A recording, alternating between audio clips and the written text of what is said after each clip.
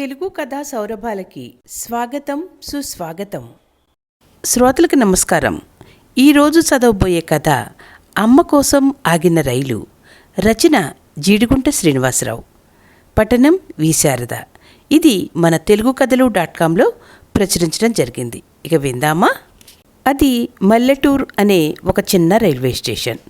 రోజు కొన్ని రైళ్ళు క్రాసింగ్ కోసం అక్కడ ఆగి వెళ్తూ ఉంటాయి.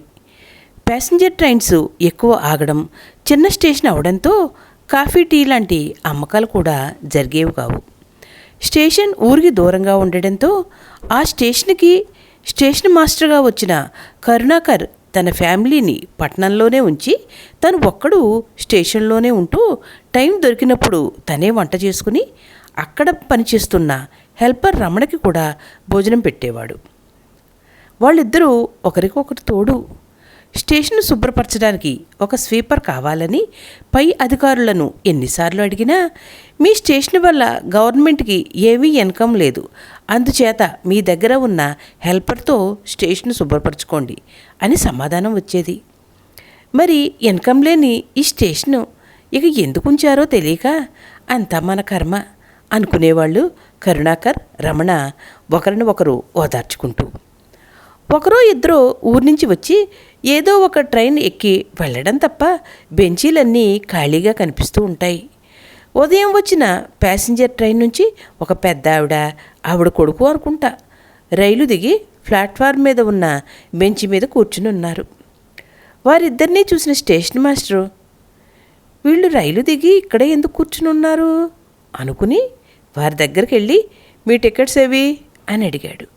ఆ కుర్రాడు తన మాసిపోయిన ప్యాంటులో నుంచి 2 టికెట్స్ తీసి చూపించాడు.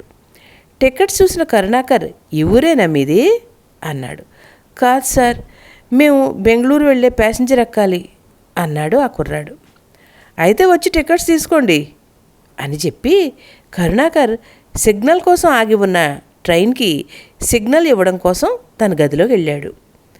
అమ్మా ఇక్కడే కూర్చో, సిటీకి వెళ్ళడానికి టికెట్లు తెస్తాను అని చెప్పి వెళ్ళిన సీతమ్మ కొడుకు వెంకట్ సాయంత్రం అవుతున్నా తిరిగి రాలేదు. చీకటి పడుతోంది. స్టేషన్ మాస్టర్ కరుణాకర్ టీ గ్లాస్తో తన గది నుంచి బయటకు వచ్చాడు. అరే ఏమిటి ఈ పెద్ద ఆవిడ ఇంకా ఇక్కడే ఉంది, ఆ అబ్బాయి ఎక్కడికి వెళ్ళాడు అనుకుంటూ సీతమ్మ కూర్చుని ఉన్న బెంచి దగ్గరికి వెళ్ళి, ఎవరమ్మా మీరు ఇంకా ఇక్కడే ఉన్నారు అని అడిగాడు. ఆవిడ అమాయకంగా, మా వాడు టికెట్ కోసం వెళ్ళాడు బాబు, వస్తాడు అంది. కానీ ఆమె చేతిలో ఉన్న ఒక చిన్న సంచి తప్ప ఏమీ లేవు. కరుణాకర్కి విషయం అర్థమైంది. కొడుకు ఆమెను వదిలించుకున్నాడని గ్రహించిన ఆయన మనసు ద్రవించింది. చేతిలో ఉన్న టీ గ్లాసు ఆమెకిచ్చి, మీ అబ్బాయి వచ్చేలోపు ఈ టీ తాగండమ్మా, ఉదయం నుంచి అలానే ఉన్నారు అన్నాడు. వద్దు సార్, మా అబ్బాయి నా కోసం ఏదైనా తెస్తాడు, ఇద్దరం కలిసే తింటాం. వెర్రి కొంక టికెట్ కోసం లైన్లో ఎంతసేపు నుంచున్నాడు అనుకుంటా అంది. అమ్మా ఈ స్టేషన్లో టికెట్స్ నేనే ఇస్తాను, అన్నీ నేనే. ఈ స్టేషన్కి స్టేషన్ మాస్టర్ని నేను. మీ అబ్బాయి ఊర్లోకి వెళ్ళాడేమో, నేను మీ అబ్బాయి లాంటి వాడినే. ముందు ఈ టీ తాగండి, నీరసంగా కనిపిస్తున్నారు అన్నాడు. చీకటి పడుతున్న కొద్దీ కొడుకు రాకపోవడంతో తన పరిస్థితి అర్థమైంది సీతమ్మకి. తనని తనే పోషించుకోలేని కొడుకు తల్లిని నన్ను ఇక్కడ వదిలేసి వెళ్ళిపోయాడు అనుకుంది. ఉన్న ఊరిలో కూలీకి వెళ్ళి 4 రూపాయలు తెచ్చేవాడు, ఈ మధ్య పని దొరకడం లేదు అని ఇంట్లోనే ఉంటున్నాడు. అటువంటిది ఎక్కడికి వెళ్ళాలి అనుకున్నాడో ఏమో, ఇలా వాడు నన్ను ఈ ఊరిలో వదిలేసి వెళ్ళిపోయాడు అనుకుంటూ మెల్లగా నడుచుకుంటూ స్టేషన్ మాస్టర్ ఉన్న గది దగ్గరికి వెళ్ళింది. స్టవ్ మీద ఉప్మా చేసుకుంటా కరుణాకర్కి తన వెనక ఎవరో నిలబడి ఉన్నట్టు అనిపించి వెనక్కి తిరిగాడు. మీ అబ్బాయి వచ్చాడా అమ్మా అన్నాడు సీతమ్మ గారిని చూసి. వాడు నన్ను వదిలి చాలా దూరం వెళ్ళినట్టున్నాడు, నాకు ఎవ్వరూ తెలీదు. మా ఊరు వెళ్ళడానికి ఏ బండి ఎక్కాలో, అసలు నేను ఎందుకు బతకాలో తెలియటం లేదు అంది ఏడుస్తూ. అయ్యో పాపం, ఈ పెద్ద ఆవిడకి ఎంత కష్టం వచ్చింది, ఆ కొడుకు కూడా తల్లిని ఇలా వదిలేసి వెళ్ళిపోయాడంటే అతను ఎంతటి దీనావస్థలో ఉన్నాడో అనుకుని, మీ అబ్బాయి వచ్చే అంతవరకు ఈ స్టేషన్లో ఉండండి అమ్మా, మీకు ఒక చిన్న గది ఇస్తాను. రేపు మా హెల్పర్ని పంపించి ఒక వారం రోజులకు సరిపడే వంట సామాను తెప్పించిస్తాను. చూద్దాం, ఈలోపు మీ అబ్బాయి వస్తాడేమో అన్నాడు. ఏమిటి బాబు వండుకుంటున్నావు? నువ్వు కూడా ఒంటరివాడివేనా అంది. లేదమ్మా, నాకు అందరూ పట్టణంలో ఉన్నారు. ఉద్యోగం ఈ అడవిలో అవ్వడంతో ఇక్కడ ఉంటున్నాను. మా అమ్మ వంట చేస్తూ ఉండగా చూసి నేర్చుకున్నాను. అలా కూర్చోండి, ఉప్మా చేస్తున్నాను, తిందురు గాని అన్నాడు. నువ్వు ఇలా రా నాయనా, ఆడదానిని, నేనుండగా నువ్వు చేయి కాల్చుకోవడం ఏమిటి అంటూ చనువుగా మాట్లాడింది. ట్రైన్ వచ్చే టైం అవడంతో సిగ్నల్ ఇవ్వడానికి వెళ్ళాడు కరుణాకర్. గుంటూరు వెళ్ళే ప్యాసింజరు భారంగా వచ్చి స్టేషన్లో ఆగింది. ఇక్కడ ఎక్స్ప్రెస్ ట్రైన్ రాక కోసం ఈ ప్యాసింజర్ నాలాగే పడుండాలి అనుకున్నాడు కరుణాకర్. తన గదిలోంచి గుప్పుమ్మని సువాసన రావడంతో ఎంతైనా ఆడవాళ్ల వంట మహత్యం అనుకుని సిగ్నల్ గమనించమని హెల్పర్ రావణకి చెప్పి తన గది వైపు వెళ్ళాడు. అప్పటికే 4 ప్యాసింజర్స్ తన గది ముందు నిలబడి ఉండడం చూసి, ఏం కావాలి? టికెట్స్కి ఆ కిటికీ దగ్గరకు రండి అన్నాడు. టికెట్స్ కాదు సార్, టిఫిన్ అమ్ముతారా అని వచ్చాం. మా ప్రయాణం అర్ధరాత్రి వరకు ఉంది. ఏదైనా తినడానికి దొరుకుతుందేమో అని చూస్తున్నాం. ఇదిగో ఇక్కడ మంచి వంట వాసన వస్తోంది, అందుగురించి ఇటు వచ్చాం అన్నాడు. వాళ్లలో ఒక ఆడకూతురు చిన్న పిల్లాడిని ఎత్తుకుని ఉంది. బాబు, ఈ స్టేషన్లో క్యాంటీన్ లేదు.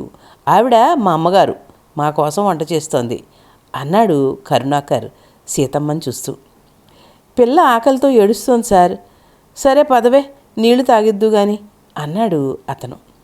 వాళ్ళని చూడగానే జాలేసి లోపలికెళ్ళి ఒక పేపర్ ముక్కలో ఒక గరిటెడు ఉప్మా వేసి తీసుకునొచ్చి పిల్లాన్ని ఎత్తుకుని ఉన్న ఆమె చేతికిచ్చి, ఇది తినిపించమ్మా, పిల్లలతో ప్రయాణంలో ఏదైనా తినడానికి తెచ్చుకోవాలి కదా అంది సీతమ్మ.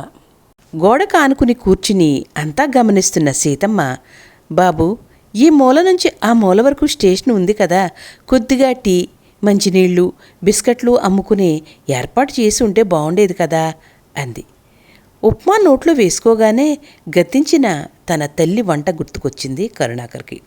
ఉప్మా చాలా బాగుందమ్మా, మీరు కూడా తినండి అన్నాడు సీతమ్మతో. ముందు నువ్వు, నీ దగ్గర ఉన్న కుర్రాడు కడుపు నిండా తినండి బాబు. నాకు చివర్లో గిన్నెలో కొద్దిగా నీళ్లు పోసి మరగబెట్టి పలచగా చేసుకుంటాను. మీకు తెలుసో లేదో, ఉప్మా ఎప్పుడూ కొద్దిగా పలచగా ఉంటేనే రుచి అంది. మరుసటి రోజు నుండి సీతమ్మ స్టేషన్ పరిసరాలను శుభ్రం చేయడం మొదలెట్టింది. ప్లాట్ఫారం పక్కన పిచ్చి మొక్కలు తీసేసి రమణకి చెప్పి అందమైన పూల మొక్కలు నాటింది. కరుణాకర్ సీతమ్మగారితో అన్నాడు, స్టేషన్ రూపం మార్చేశారు. మీకు శ్రమ అనుకోకపోతే చిన్న క్యాంటీన్ నడిపితే 4 రూపాయలు మీకు మిగులుతాయి. ప్యాసింజర్స్ తినడానికి అలవాటు పడతారు. స్టేషన్ను కళకళలాడుతూ ఉంటుంది. ఏమ్మా, ఏమంటారు అన్నాడు. కరుణాకర్ చూపించిన గదిలో కొన్ని రకాల పిండి వంటలు, వేడివేడి టీ చేసి ప్యాసింజర్ రైలు వచ్చే సమయంలో టేబుల్ మీద పెట్టుకుని ప్రయాణికులకు తక్కువ ధరకు అమ్మడం ప్రారంభించింది. ఆమె చేతి వంటలో ప్రేమ ఉందో ఏమో, మెల్లమెల్లగా ఆ స్టేషన్కి ఒక గుర్తింపు రావడం మొదలైంది. ఒకరోజు రైల్వే డివిజనల్ మేనేజర్ స్పెషల్ ట్రైన్లో ఆ మార్గంలో వెళ్తూ ఇంజిన్ సమస్య వల్ల మల్లెటూరులో ఆగాల్సి వచ్చింది. ఆకలితో ఉన్న అధికారులకు కరుణాకర్ సీతమ్మగారితో చెప్పి పూరీ కూర, ఉప్మా, అల్లం టీ చేయించి డివిజనల్ మేనేజర్ గారికి ఆయనతో వచ్చిన 2 ఆఫీసర్లకి పెట్టాడు. ఆ రుచికి, ఆమె చూపే ఆదరణకు వారు ముగ్ధులయ్యారు. కరుణాకర్ సీతమ్మగారి కథను అధికారులకు వివరించారు. ఆమె ఒంటరిగా ఆ స్టేషన్ను ఎలా నందనవనంలా మార్చిందో చూపించారు. అధికారులు ఆశ్చర్యపోయారు. ఒక సామాన్య మహిళ ఇంత నిబద్ధతతో పనిచేస్తుంటే వ్యవస్థ ఎందుకు సహకరించకూడదు అని ఆలోచించారు. మల్లెటూరు స్టేషన్ను ఆదర్శ గ్రామీణ స్టేషన్గా గుర్తించారు. సీతమ్మ వంటకాలకు ప్రత్యేకంగా ఒక అమ్మ క్యాంటీన్ కేటాయించారు. టీవీలో న్యూస్ కవర్ అవడంతో ప్రయాణికులు అమ్మ క్యాంటీన్లో తినాలి, దిగాలి అనే కోరికతో మల్లెటూరు స్టేషన్లో దిగి తృప్తిగా తినేవాళ్ళు. ప్రయాణికుల రద్దీ పెరగడంతో అక్కడ ఎక్స్ప్రెస్ రైలు కూడా ఆగాలని ఆర్డర్స్ వచ్చాయి. కొన్నేళ్ల తర్వాత మల్లెటూరు ఇప్పుడు ఒక మేజర్ జంక్షన్లా మారిపోయింది. సీతమ్మ ఇప్పుడు కేవలం ఒక వృద్ధురాలు కాదు, ఆ స్టేషన్కు ఆత్మ. ఎంతోమంది అనాథ మహిళలకు ఆమె ఉపాధి కల్పిస్తోంది. ఒకరోజు బాగా చితికిపోయిన స్థితిలో ఉన్న ఒక వ్యక్తి ఆ ప్లాట్ఫారం మీద దిగాడు. అతడు మరెవరో కాదు, తనను వదిలేసి బతకడం కోసం ఎడారి దేశంకి వెళ్ళి వాళ్ల చేతిలో నానా కష్టాలు పడి రోడ్డున పడ్డాడు. ప్రభుత్వం సహాయంతో కొంతమంది జనంతో తను కూడా స్వంత దేశం చేరుకున్నాడు. తన తల్లి చేతిలో ఉన్న విద్యతో మల్లెటూరులో ఎక్కడో అక్కడ ఉండే ఉంటుంది అని స్టేషన్లో దిగి తన తల్లిని వదిలేసిన బెంచీ వైపు నడిచాడు. విచిత్రంగా ఒక టేబుల్ మీద రకరకాల తిండి వస్తువులు పెట్టుకుని చుట్టూ జనంతో ఉన్న తల్లిని ఆశ్చర్యంతో తల్లి దగ్గరికి వెళ్ళి అమ్మా అన్నాడు. సీతమ్మ అతడిని చూసింది.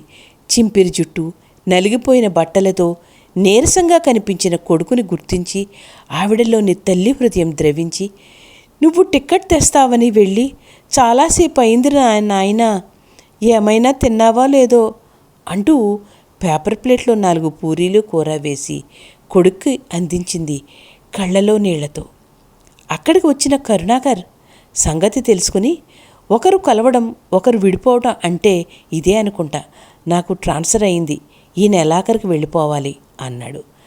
అబ్బాయి, నువ్వు కూడా మీ అమ్మగారికి సహాయంగా ఉండి ఈ స్టేషన్ని మీ సొంత ఇల్లు చూసుకున్నట్టుగా చూసుకోండి. కొత్తగా వచ్చే స్టేషన్ మాస్టర్ గారికి మీ విషయం చెప్పి మరీ పంపిస్తున్నారు పై ఆఫీసర్స్. నాకు నా కుటుంబంతో కలిసి ఉండడానికి అవకాశం వచ్చింది అన్నాడు. ఇప్పుడు తింటే మల్లెటూరు స్టేషన్లో భోజనం తినాలి అని పేరు పడింది. జీవితంలో దెబ్బతిన్నప్పుడు చేయూత ఇచ్చేవాళ్ళు ఉంటే ఎన్నో జీవితాలు బాగుపడతాయి కదా. ఈ కథ ఇంతటితో సమాప్తం. ఈ కథ మీకు నచ్చినట్లయితే like, share, subscribe to our channel Telugu కథా సౌరభాలు.